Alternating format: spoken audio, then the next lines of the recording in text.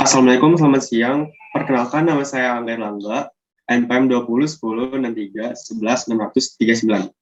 Kemudian ada Vincentius Kristina Putra, NPM 2010-63-11-630.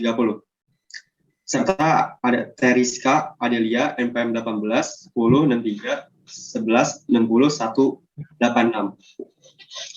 Oke, kami dari kelompok 10 kelas B. Tujuan kami di sini akan menunjukkan cara membuat rangkaian penyara setengah gelombang. Langsung saja. Di sini kami menggunakan aplikasi multisim. Kemudian komponen yang diperlukan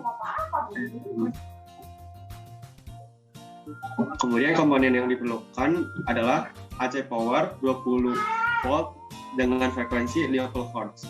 Transformator dengan perbandingan 10:1, dioda geranium, resistor 1 kilo ohm, multimeter, dan serta osiloskop. Kemudian untuk tutorialnya dilanjutkan oleh Vincentius. Baik, terima kasih Angga. Di sini saya akan melanjutkan tutorialnya. Pertama-tama kita akan jadi ini adalah lembar kerja dari multisim. Pertama-tama kita masukkan setiap komponen melalui flash, lalu komponen, lalu ke all group, kita ganti ke source.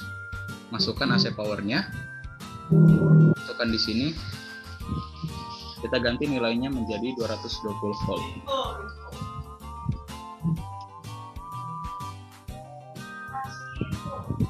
Lalu komponen kedua yaitu trafo atau transformer yang dapat ditemukan di basic, lalu transformer. Di sini kita menggunakan 1P1S dengan perbandingan 10:1. Lalu kedua adalah dioda. Dioda sendiri dapat ditemukan di all group, kita ganti ke dioda. Lalu dioda virtual, kita pakai dioda yang biasa. Dioda germanium dengan nilai 0,7.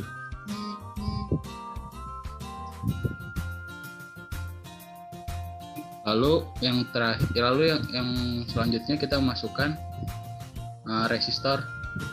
Resistor dapat ditemukan di basic, lalu ke resistor dengan nilai 1 kilo ohm. Kita putar resistornya, rotate 90 derajat clockwise.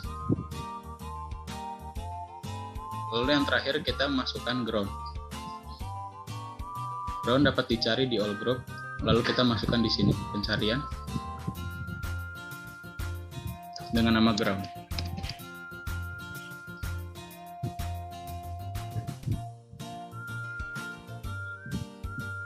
Setelah semuanya terdapat pada lembar kerja, kita rangkai. Jadi rangkaian positif pada AC power kita sambungkan ke trafo. Rangkaian negatif dari AC power kita sambungkan ke trafo juga. Lalu kaki atas pada trafo kita sambungkan ke dioda, ke kaki anoda, lalu katodanya kita sambungkan ke positif resistor. Di bawah pada trafo kita sambungkan ke kaki negatif pada resistor. Lalu pada ground kita sambungkan di sini. Selanjutnya kita masukkan setiap pengukurannya, multimeter dan osiloskopnya.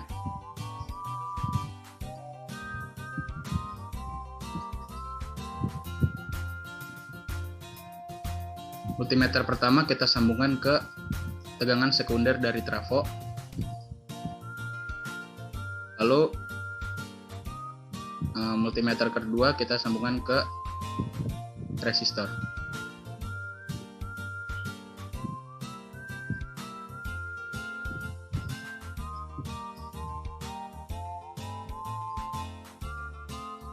Lalu osiloskop yang kaki pertama kita sambungkan ke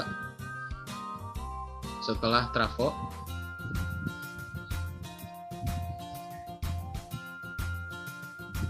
Lalu osiloskop yang kedua kita sambungkan ke resistor.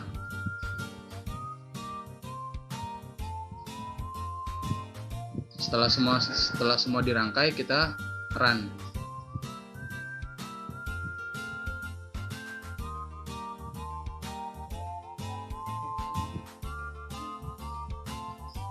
Di sini kita ubah dulu dari volt DC kita ubah ke AC karena nilai yang keluar dari sini masih berbentuk AC. Lalu multimeter kedua kita ubah ke DC.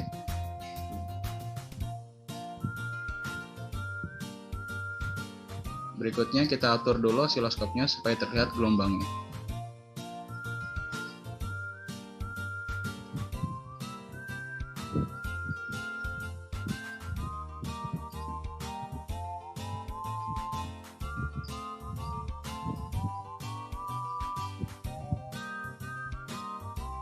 Ya, berikut ini adalah gelombang dan hasil multimeternya. Berikutnya akan dijelaskan oleh Teriska. Baik, jadi untuk kesimpulan dari rangkaian yang telah dibuat ini adalah sinyal AC memiliki bukit dan lembah. Setelah keluar dari transformator atau trafo, tegangannya masih berbentuk AC, tetapi diperkecil dengan adanya trafo step down.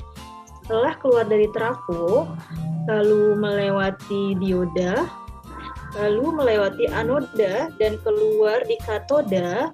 Karena melewati dioda tersebut, maka bentuk gelombangnya terpangkas sehingga hanya terlihat bentuk bukitnya saja. Namun, apabila diodanya dibalik dan melewati katoda dan keluar di anoda, maka bentuknya lembah saja, yang berarti arus yang mengalir negatif. Dioda bertugas memangkas arus yang mengalir dan melewatinya. Fungsinya untuk mengubah tegangan AC menjadi DC dengan output tetap. Prinsip kerja dari penyearah setengah gelombang ini yaitu apabila sinyal input berupa siklus positif, maka dioda mendapat bias maju atau bias forward sehingga arus mengalir ke beban. Namun sebaliknya, apabila sinyal input berupa siklus negatif, maka dioda akan mendapat bias mundur sehingga tidak mengaliri arus. Karena hanya setengah gelombang saja yang bisa disearahkan.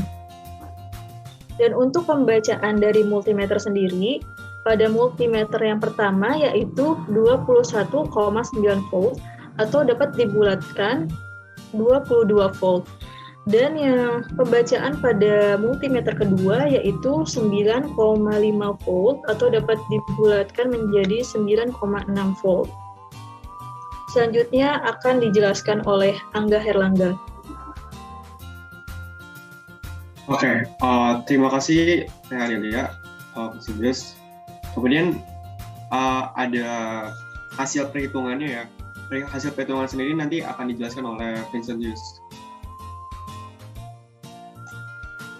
Ya, berikut adalah hasil perhitungannya. Di sini kita mencari tegangan rata-ratanya yang melalui berban R yang ada di 1 kilo ohm. Pertama kita mencari V2 dulu atau tegangan sekundernya. Tegangan sekunder didapatkan dari 220 dibagi 10, yaitu dapatkan hasil 22 volt seperti hasil yang pertama tadi yang terdapat di multimeter.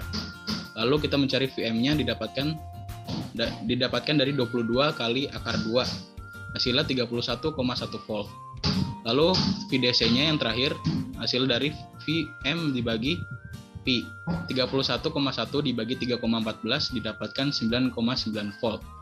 Melenceng dari hasil simulasi yaitu 9,5 volt, yaitu 0,4 volt.